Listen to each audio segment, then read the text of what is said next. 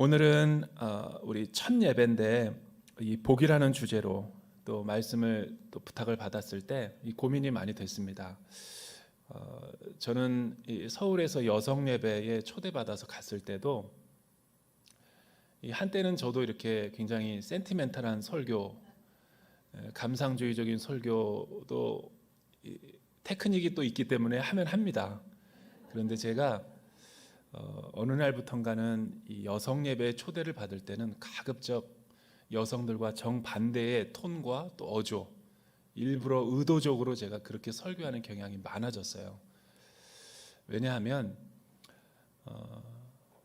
많은 여성 예배, 우리 교회뿐만이 아니라 타 교회도 이렇게 설교에 이렇게 함정이 뭐냐면 자꾸만 이 여성들을 이 감정에 호소하는, 이 파토스에 호소하는 설교가 굉장히 많아요.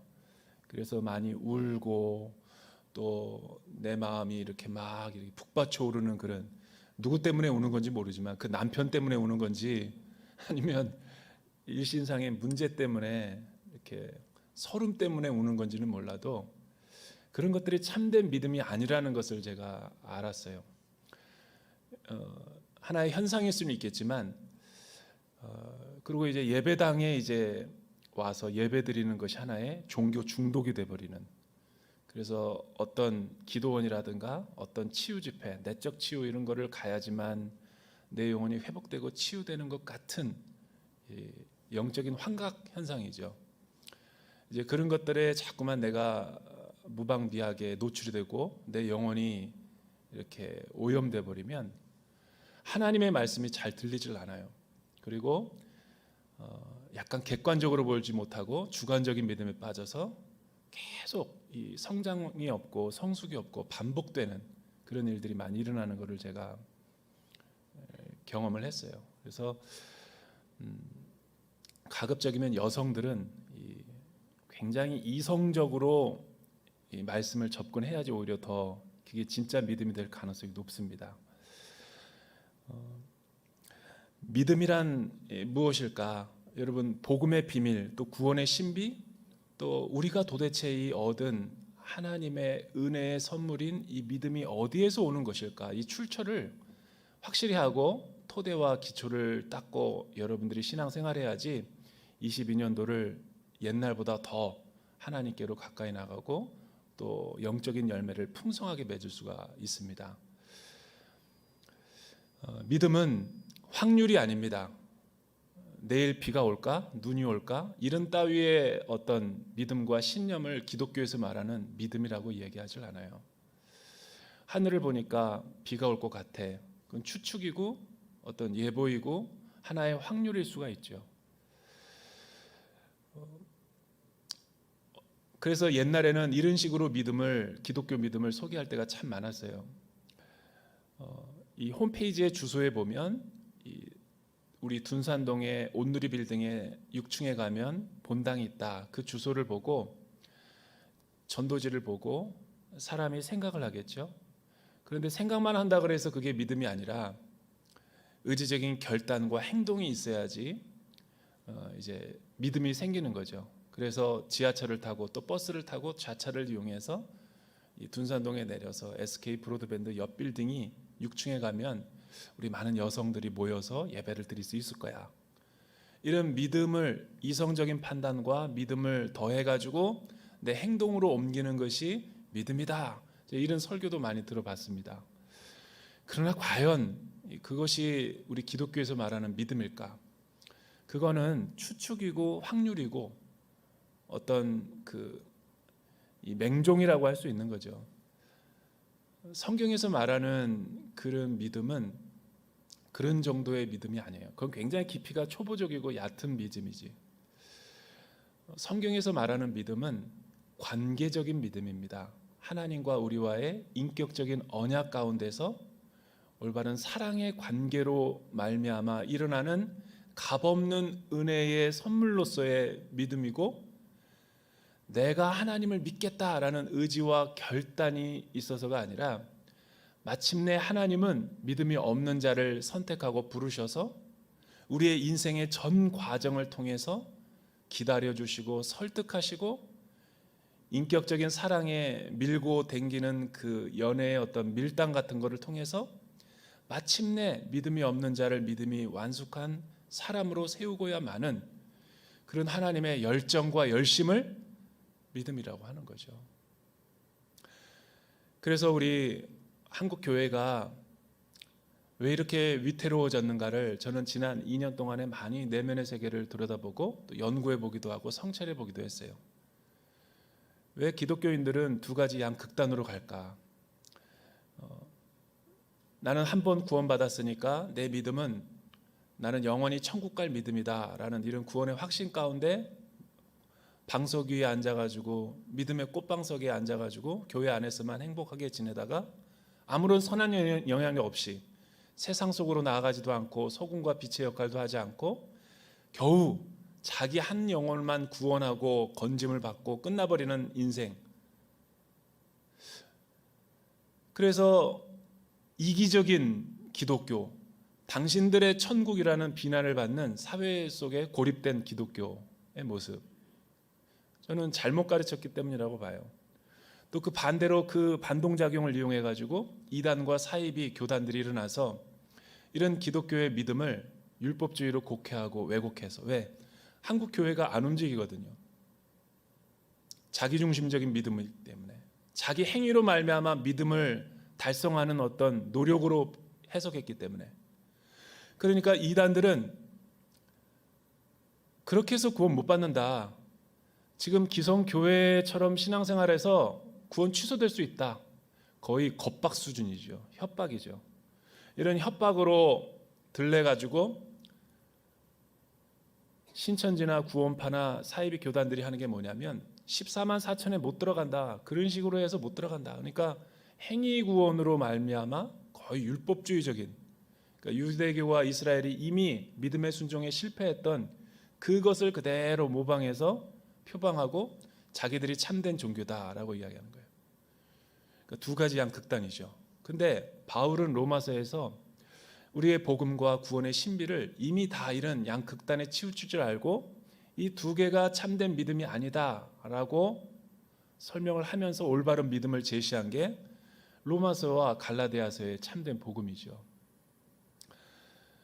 여러분, 누군가를 진짜 사랑하게 되면 마음의 기분만 좋아지고 행동을 하지 않는 사람 봤어요? 진짜 사랑하면 여러분 대쉬하고 대쉬할 뿐만 아니라 마침내 사랑에 꼬리내서 같이 행복한 결혼 생활을 하게 되는 거죠. 그런데 누군가가 연애를 하다가 많은 사람들의 축복 가운데 결혼식을 통해서 이 동사무소에 가서 혼인신고를 했어요. 라이센스를 땄어요. 법적으로 부부가 됐다라고 해서 그거로 만족하는 사람이 있어요? 또 어떤 사람들은 웨딩 마치를 첫 발을 내딛고 나면 다이아몬드 반지와 몇 캐럿의 반지를 내가 소유하면 진짜 이 사람의 사랑을 받은 거다라고 끝내버리고 관계성을 소홀히 할 사람이 있나요? 그거는 사랑이 아니죠. 세레모니 이벤트까지는 했다 할지라도 그거는 비인격적이고 속은 거죠. 오히려 돈이 없어서 결혼식도 못 올리고 반지도 제대로 못했지만 사랑의 구애와 프로포즈를 통해서 마침내 결혼에 하게 되어서 그 전보다 매일매일이 더 나아지고 더 행복하게 해주고 더 성숙하고 완전한 사랑에 도달하는 것이야말로 진짜 인격적인 사랑의 관계가 아닐까. 사랑을 의심해서 날마다 의처증이나 의부증에 걸린 사람처럼 매일매일 확인해야 되고 인정받아야 되고 사랑의 감정을 느끼지 못해서 자기가 행위로 그 사랑을 확인하려고 하는 게 진짜 사랑일까? 따라서 양극단이 잘못된 거죠. 그래서 우리는 오늘 이 시간에 아브라함이라는 한 인물을 통해서 그에게 찾아온 믿음의 사건, 구원의 사건이란 도대체 무엇을 의미하는가? 우리는 아브라함 딱 생각하면 귀를 닫고 눈을 닫아버려요. 성경을 읽지를 않아요. 왜 그러냐면 다 안다 이거죠. 그렇게 우리의 믿음이 교만하다고요.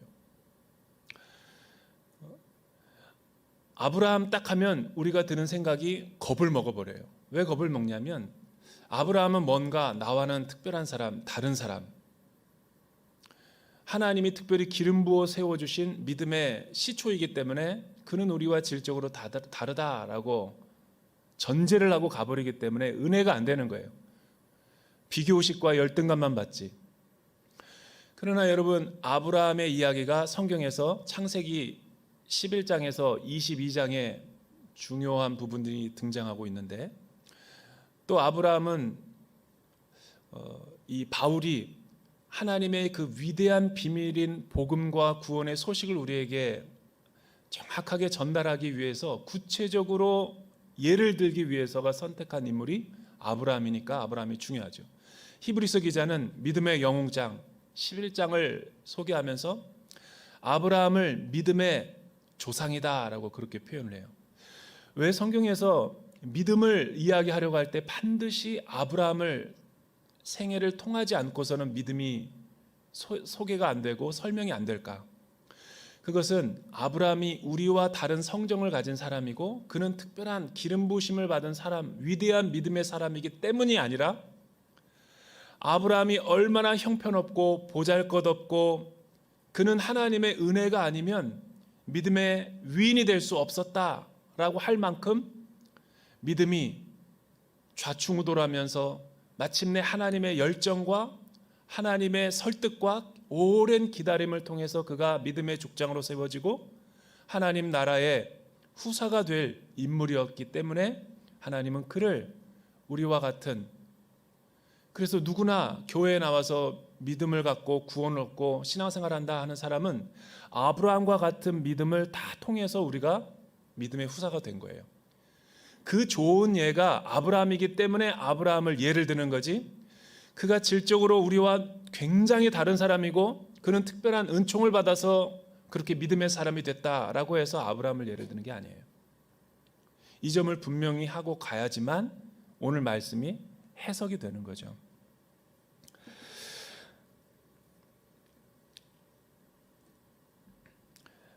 기독교의 믿음은 이런 예화가 아니에요. 어떤 사람이 큰 나야가라 폭포수와 같은 그 험한 곳에서 외줄타기를 했어요. 막대기 하나 갖고 중심을 갖고 그 100m나 되는 곳을 아슬아슬하게 많은 사람들 앞에 묘기를 보이며 마침내 걸었어요. 그러니까 많은 사람들이, 취재진들이 우레와 같은 박수를 했죠. 그 밑바닥에 떨어지면 죽음인데 그 아슬아슬한 것을 가지고 그 막대기 하나 갖고 다 건넜기 때문에 그 사람이 내려와서 많은 사람들에게 이렇게 얘기했어요. 여러분들은 제가 사람을 업고 다시 한번 이 폭포수 아래로 지나갈 것을 믿습니까? 그랬더니, 왜냐하면 그 장면을 봤기 때문에 큰 충격을 받은 거예요. 할 수 있다라고 막 박수를 쳤죠. 그러면 여러분들 중에 누구 한 사람 나와서 내 등에 지금 엎여 보십시오. 그랬더니 쥐죽은 듯이 조용했대요. 그런 믿음이 아니라는 거예요. 왜냐하면 성경에서의 믿음은 나로 말미암지 않고 하나님께서 하나님으로부터 말미암는 믿음이라고 설명을 하기 때문에. 왜냐하면 에베소서 2장 1절과 2절에 보면, 또 8절에 보면 죄와 허물로 죽었던 우리가 그리스도 예수의 피로 말미암아 값없이 구원을 받았다. 우리의 행위에서 난 것이 아니라 믿음의 선물이다라고 분명히 선언을 하고 있기 때문에, 저와 여러분들이 믿음이 오기 전에 하나님이 어떤 분인가를 알기 전에 구원의 필요성을 느꼈던 분입니까? 하나님을 향한 알에 대한 열망이 있었던 사람이에요? 그런 지식과 그런 감각이 죽어 있었던 사람이라고요. 죽어 있던 사람이 어떻게 나로부터 말미암고 내가 하나님을 믿겠다라는 의지가 생겨요? 그건 불가능해요. 이 말은, 성경에서 말하는 믿음은 우리로부터, 아브라함으로부터 말미암은 것이 아니라 하나님께서 먼저 우리에게 오셔서 우리를 살려주시고 믿음의 성숙으로 우리를 이끌어 주셨다라는 것을 반증하는 거죠. 그래서 오늘 성경은 이 이야기를 이렇게 하고 있어요. 여러분, 1절서부터 4절까지 우리 한번 읽어보죠. 1절에서부터 4절 시작.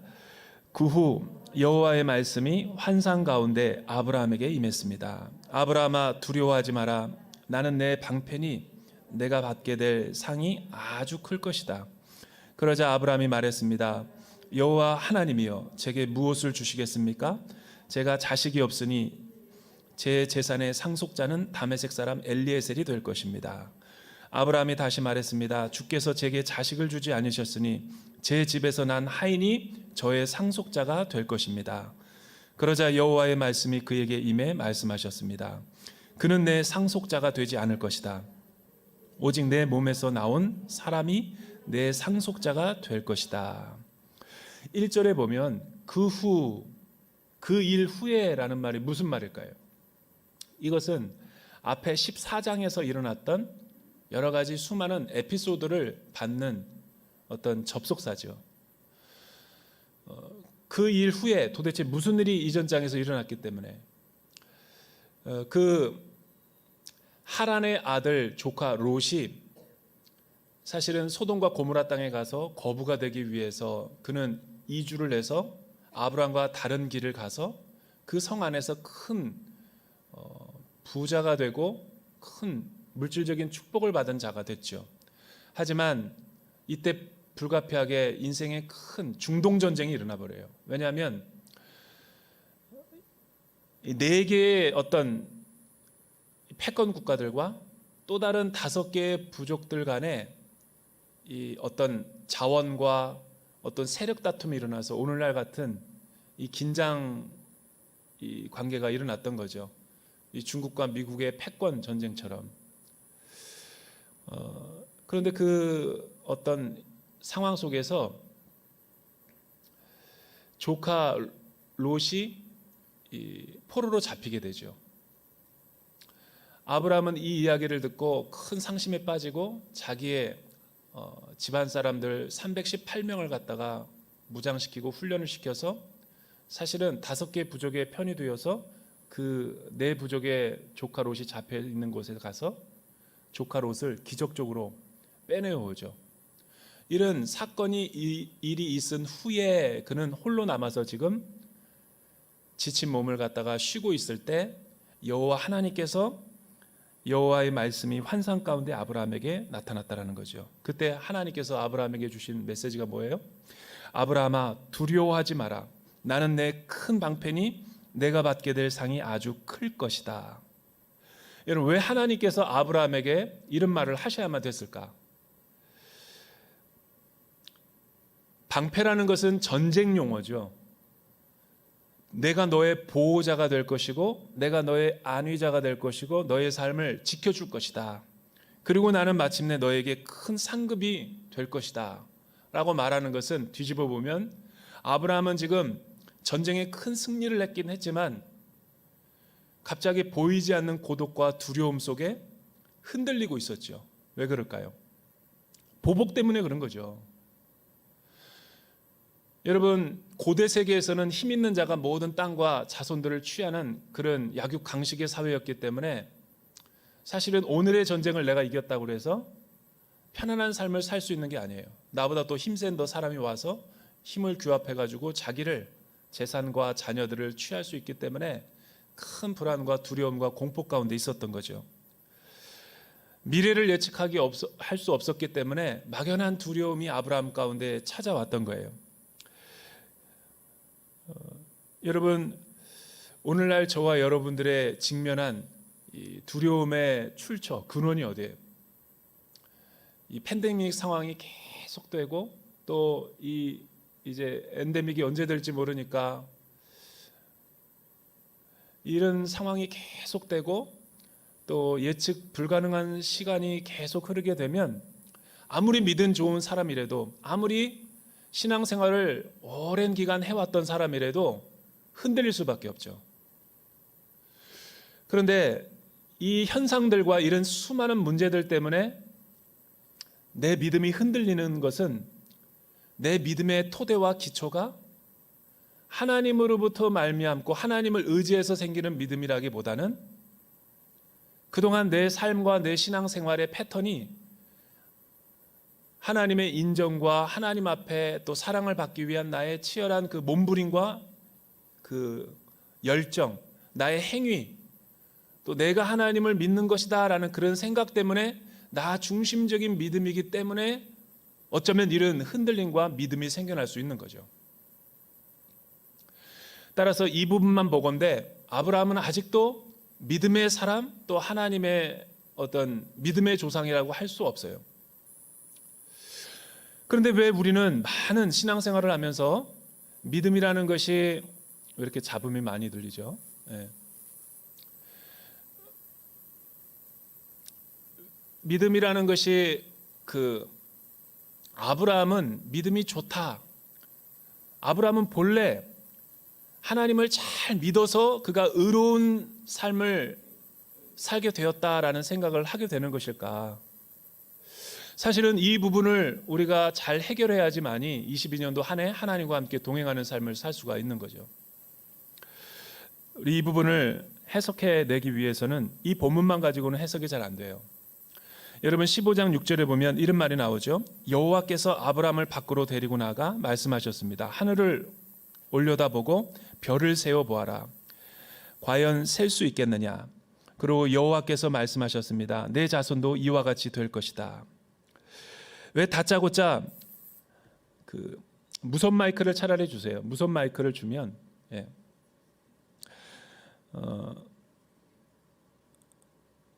두려움 가운데 있고 하나님은 너의 방패요, 하나님은 너에게 큰 상급이 될 것이다 라고 말한 다음에 아브라함의 두려워하는 감정 뒤에 흔들리고 있는 그의 믿음의 이유를 하나님께 이렇게 말하죠. 사실 제가 이렇게 불안하고 두려운 이유가 있습니다. 하나님 언제 제게 무엇을 주시겠습니까?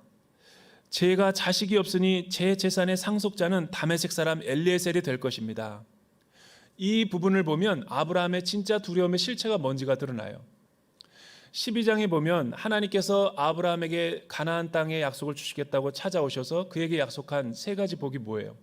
너는 복이 될지라 천하 만민의 복이 될 것이고 내 자손이 해와 달과 별의 무수한 수보다 더 많아지게 될 것이고 또 너는 약속의 땅에 거하게 될 것이다. 이런 세 가지 복을 주심으로 인해서 그를 믿음의 사람으로 불러내셨죠. 그러나 그것은 아브라함이 믿음이 있어서가 아니라 믿음이 좋아서 그에게 이 약속을 주신 게 아니에요. 왜냐하면 그 이후에 계속해서 이 약속의 땅으로 갔을 때 기근이 드니까 그는 바로가 두려워서 자신의 아내를 처가 아니라 누이라고 속이는 그런 거짓말을 하게 되고 또 그는 소돔과 고모라 땅에 가고자 했던 그 조카 롯과 함께 또 물질 문제 때문에 또 이별하는 아픔까지 있고 또 그가 지금 이 소돔과 고모라 전쟁 때문에 자신의 조카 롯을 데리고 오는 그런 여러 가지 우여곡절과 에피소드가 일어났죠. 그런데 왜 성경은 그를 믿음의 조상이라고 자꾸만 추켜 세우는 것일까? 히브리서는 11장 믿음의 장을 이야기할 때 믿음의 정의를 나타내는 장이 아니죠. 믿음의 결과를 이야기하는 장으로서 아브라함은 바랄 수 없는 중에 하나님 앞에 믿음으로 순종하여 나가서 믿음의 조상이 됐다라고 선언하는 것이고 사도행전 7장에 보면 스데반 집사가 많은 유대인들에게 자신의 어떤 그 아브라함의 조상을 이야기할 때 이렇게 얘기하죠. 메소포타미아에 있을 때 자신의 믿음의 조상인 아브라함에게 하나님께서 영광의 광채를 비추어서 그에게 나타나셨다. 메소포타미아라는 것은 여러분 창세기 11장에 보면 그의 아버지 데라와 그의 아브라함과 많은 이 가족들이 갈대아 우르에 있을 때를 지칭하는 거예요. 갈대아 우르에서 이방신과 우상신을 섬기던 그 아브라함의 가족 데라의 모든 가족을 메소포타미아에서 불러내신 거죠. 그리고 하란에서 머물렀고 하란에 큰 강이 있는데 그 유프라테스 강을 건너기 직전에 그의 아버지는 205세 때 죽었어요. 그의 아버지 데라가 죽고 나서야 그는 하란 강을 넘어가지고 약속의 땅인 가나안 땅으로 이르게 되는 부분에 하나님께서 아브라함에게 찾아오셨다라고 이야기하는 거죠. 이 말을 보면 뭐가 진짜인지 헷갈려요. 왜? 메소포타미아는 갈대아 우르인데 갈대아 우르에서 스데반은 아브라함에게 하나님께서 영광의 광채와 계시가 나타났다고 그러고 믿음이. 그런데 하란까지 그는 머물러서 더 이상 진전되지 않고 사실은 아브라함이 주도가 돼서 가나안 땅으로 온 게 아니라 그 데라, 아버지 데라가 주도가 돼서 그 가족이 다 이주를 했거든요.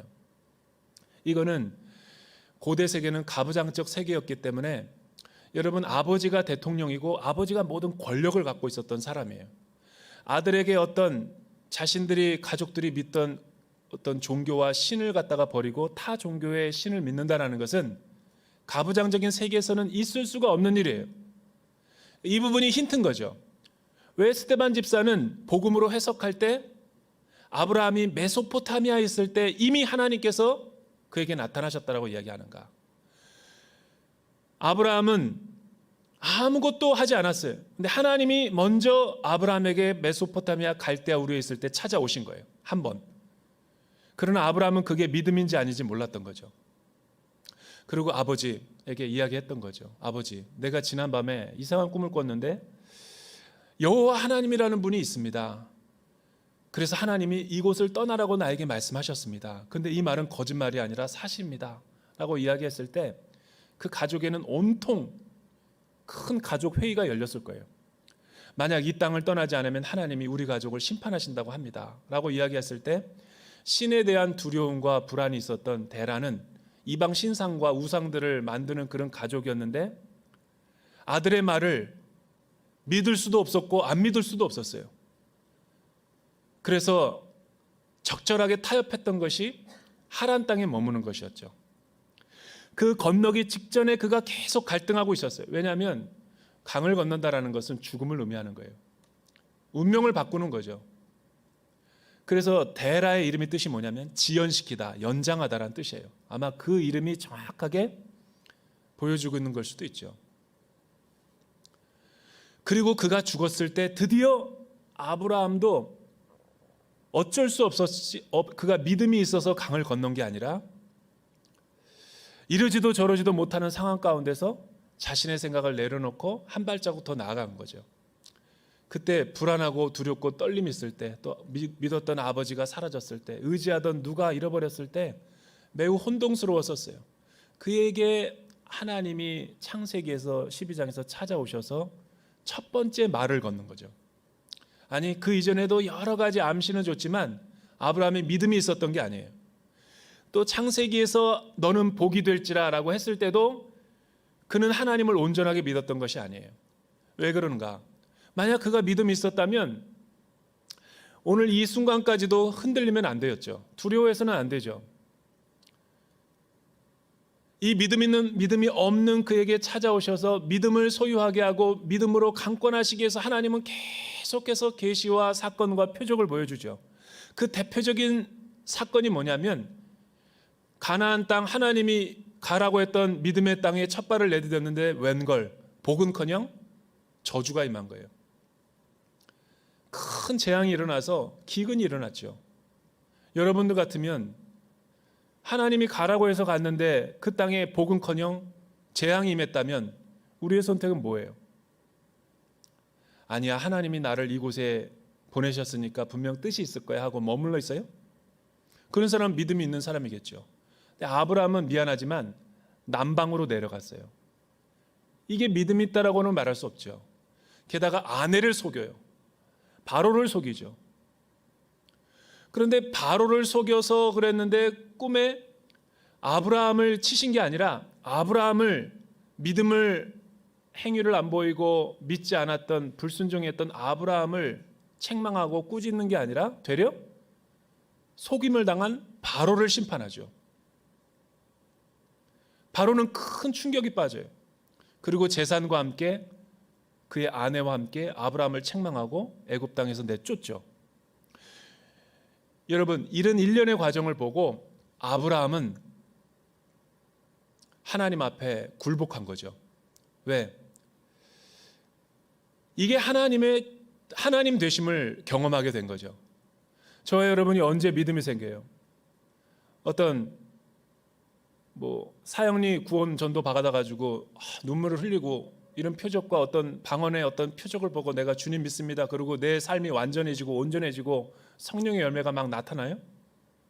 그런 사람은 비정상이에요. 그건 신생아가 마치 태어난 것에 불과하죠. 믿음의 첫 번째 시작이에요. 하나님이 우리를 부르실 때 그렇게 미완성적이고 부족한 모습으로 부르신다고요. 그런데 이 바로의 사건, 애굽의 사건은 큰 충격에 아브라함을 빠뜨렸어요. 이 하나님의 놀라우신 분이면 자신의 일생을 하나님 앞에 의탁해도 될 것이다 라는 신뢰를 갖게 되고 사랑의 관계성을 맺게 되죠. 실제로 이때부터 조카 롯과 헤어질 때도 아브라함이 통큰 기부를 해요. 너가 먼저 가라. 예전 같았으면 갈대아 메소포타미아 있을 때면은 어림도 없죠.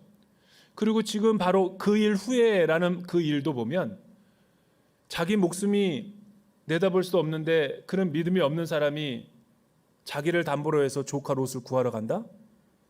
확률도 없는 게임에?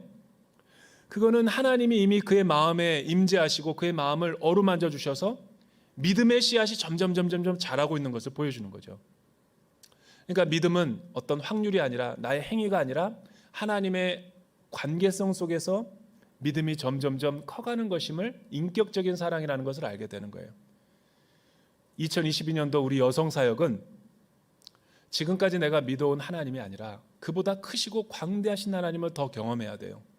지금까지 내가 경험하지 못한 모든 그 능력의 하나님, 구원의 하나님, 그 하나님을 여러분 22년도 한 해 하나님과 함께 하나님을 더 통치와 다스림을 받으면서 또 나 자신을 믿음에 순종하면서 깊은 데로 가서 그물을 내려야죠.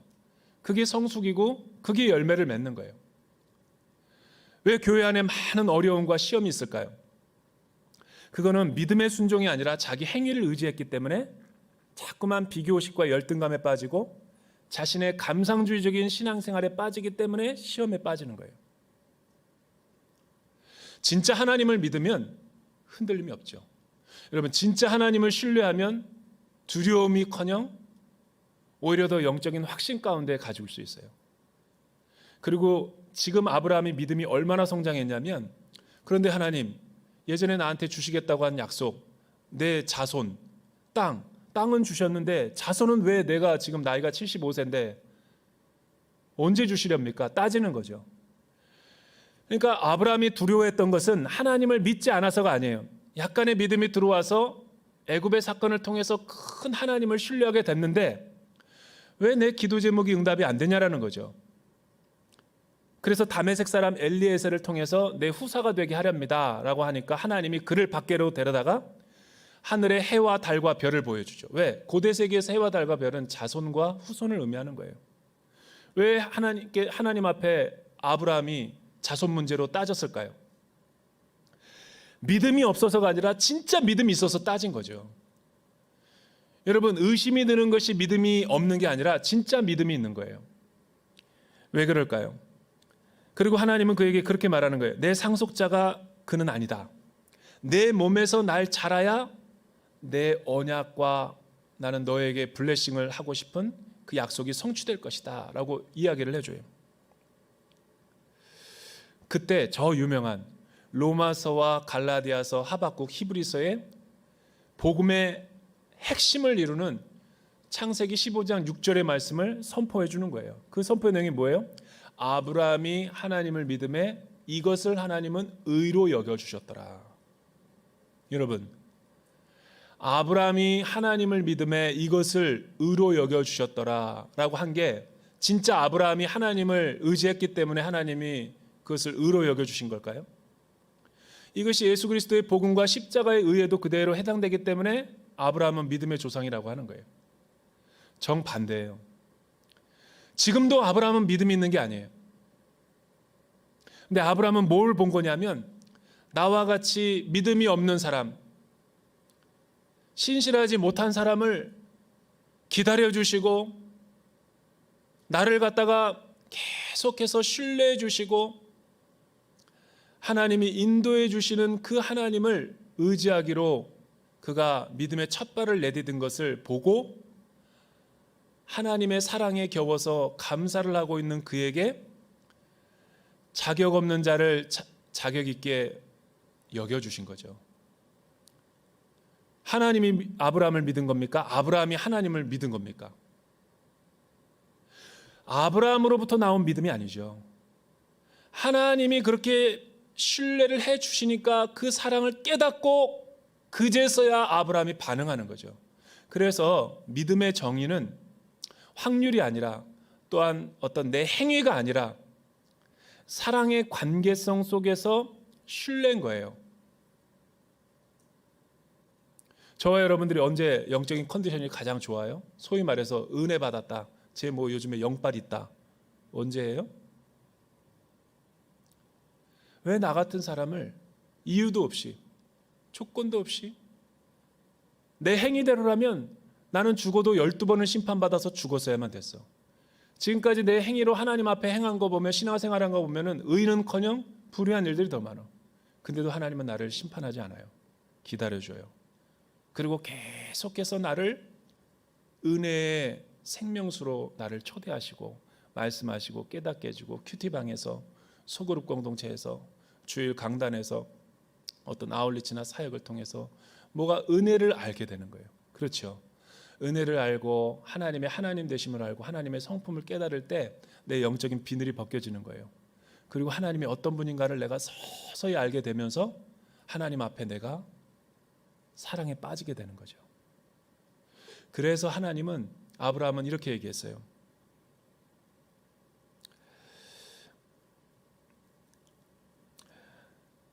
아브라함에게 의롭게 여겨주시고 하나님께서 그제서야 아브라함을 믿음의 조상으로 세우시면서 이렇게 컨펌해 주는 거죠. 아브라함아, 아브라함아, 이 천하 만민에게 복이 되도록 너 후손을 많이 해줄 것이고 너 몸을 통해서 반드시 그 씨는 나와야 된다라는 것과 그리고 이 갈대아 우르 땅에서 너를 이 가나안 땅으로 내가 주도권을 가지고 인도한 목적이 있다라는 것을 알려줘요.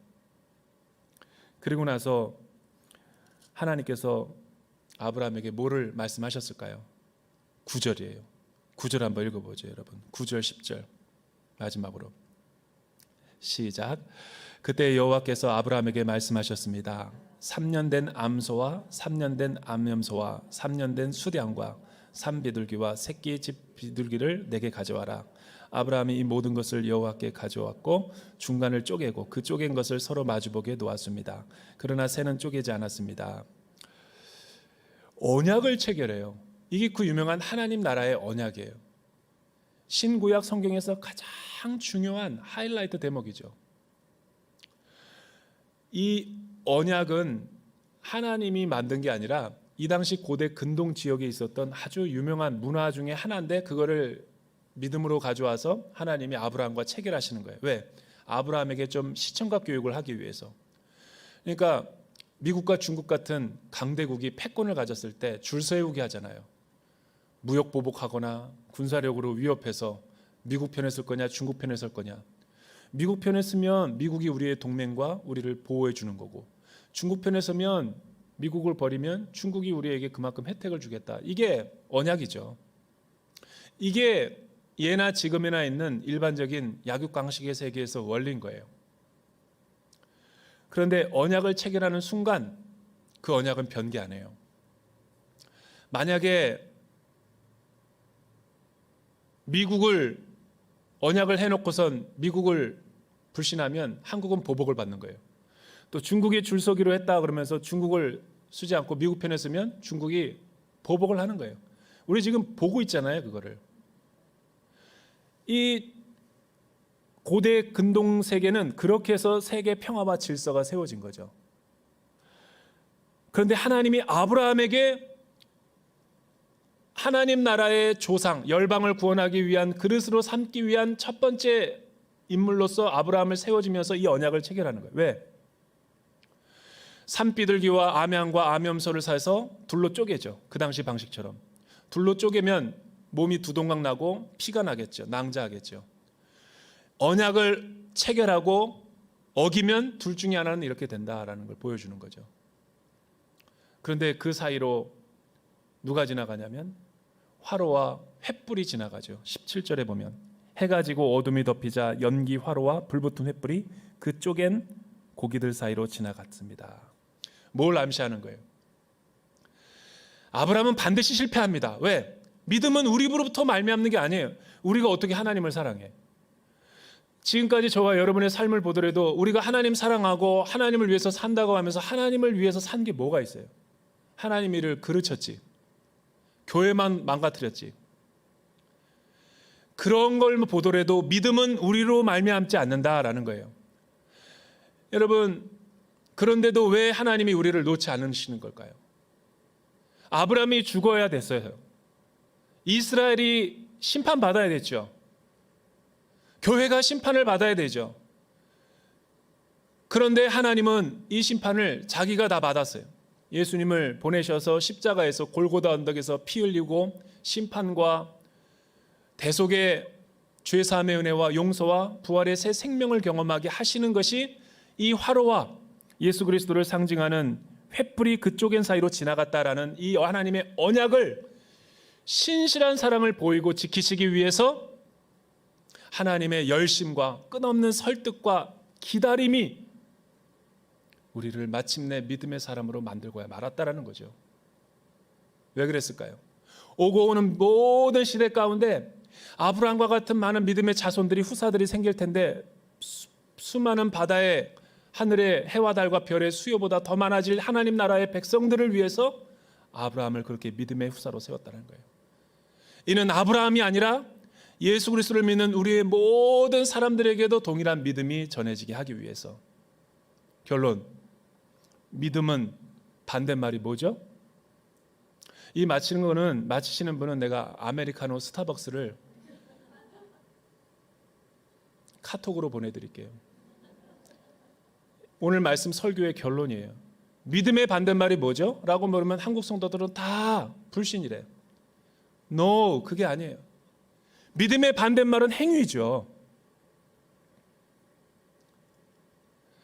우리의 행위로 믿음 생활, 신앙 생활하는 건 다 토대가 무너질 수밖에 없어요. 그래서 두렵고 불안한 거예요.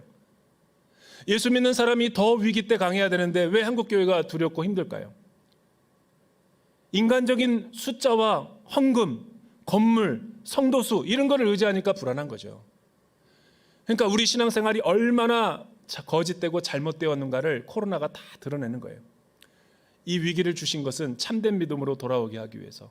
여러분, 십자가의 복음과 예수님, 날 구원하신 그분 한 분만을 보고 하나님의 그 신실하신 나를 믿어주는 그 사랑에 내가 반응하는 의미에서 의지하는 거죠. 그거를 결과적으로 보니까 믿음이라고 말하는 거예요. 구원을 받고 보니까 그게 섭리적으로 구원인 거지, 결과인 거지. 내 믿음처럼 보이는 거지. 내가 하나님을 믿으니까 믿은 거고, 내 컨디션이 안 좋을 때는 그럼 하나님이 나를 구원을 취소하는 것인가? 그래서 사랑은 관계인 거예요. 사랑하는 여러분, 여성 사역자들이요, 감상주의적인 신앙에 빠지지 마시라. 더 냉철하고 철저하고 영적으로 내 믿음이 올바른가를 날마다 검증하고 날마다 영적으로 이 기초와 토대 위에 그 벽돌 한 장 한 장 쌓듯이 하나님의 나라를 잘 세워나가는 부르심을 입은 여성들이 되기를 주님의 이름으로 축원합니다.